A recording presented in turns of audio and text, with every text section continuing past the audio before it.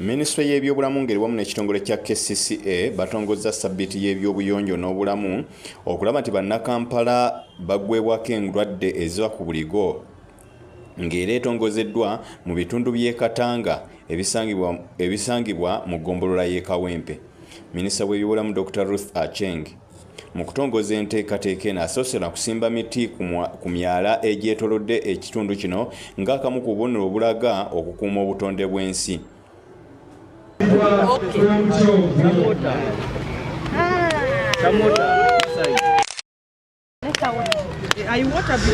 Kyokka bw'otunuulira ebifo okusimbiddwa emiti okumpi okwetooloola omwala mpozi n'ebisaawe kiraga lwatu nti emiti gino tegisobola kukulirawo olw'emirimu egikolebwawo egitasobola kugiganya ekiraga olwatu nti ensimbi z'omuwi w'omusolo zandibanga ziyise ettogge.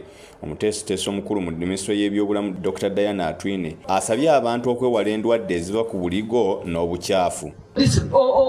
Obwogenda wonna wajama tokuuma w'obeera oba w'okolera obulungi kubanga kati wadde leaders aba KCCA banajja nabo boogere ne Ministry of Health nayo our medical teams nabo bajje bayigirize tekijja kumala ng'abantu aba bulijjo ng'olya ebisasiro n'osuula n'otambula ebiveera by'okozesezza n'oyisa mu ddirisa n'osuula eri. Amyuka Ssenkulu wa KCCA agamba nti KCCA ekola kyonna ekisoboka okulaba nti bannakampala babeera mu kibuga ekirina empewo ennungi.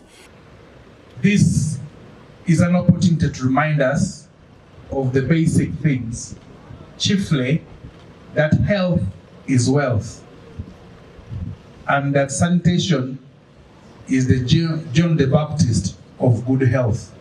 Meya w'e Kawempe Emmanuel Serunjogi naye akkanyiza ne gavumenti nti kikulu nnyo okwongera okulongoosa emyala kubanga gye givaako obulwadde wano na wali. The residents contributed money to repair that shore because of the negligence of national water. I'm sure, Honorable Minister, that one will be taken to a higher level because we have tried. The last ultimatum they gave me that if it is not done within a month, at least from today, they are ready to march to the nearest office of national water. Bo bannakawempe entereeza eno buli omu agirabye bubwe. Okusomesa abantu engeri gye balina okukwatamu obulamu bwabwe mu ngeri ey'ebyobuyonjo omuli emmere gye balya, omuli amazzi ge banywa, omuli toilets ze bagendamu, otadde ne community yonna nga emyala ne kasasiro. Olwaleero gikoledde mu Katanga wano. Abantu mu Katanga bafunye ku mukisa leero nti minisita bw'akyadde obuyonjo babufunye. Neera nali tusaba bunaku bakyale nga kwe banaakyala nga bajja kutulongoosanga oba abantu beewandegeya. Ekisinga obungi Uganda ezefuna ekisiraani n'abyabufuzi ababi. Tujja kugamba nti sigamba nti abali ku opposition naye bannabyabufuzi nyine abali mu buyinza bennyini. Omukulu bwe bwalina zaakyogera nti omugenyi lwanakyala bebeera mu ddiiro. Naffe iwaffe tukirabyeko omugenyi lwakyaddeero bakoze eki bebeeze mu ddiiro n'ebintu bingi ebimu bibalaze nti birina okukolwa naye nga babyogeddereyo nga bizze bikolwa nga babiraba. That they will be living and to be in our midst and be with us. In Jesus' name I pray.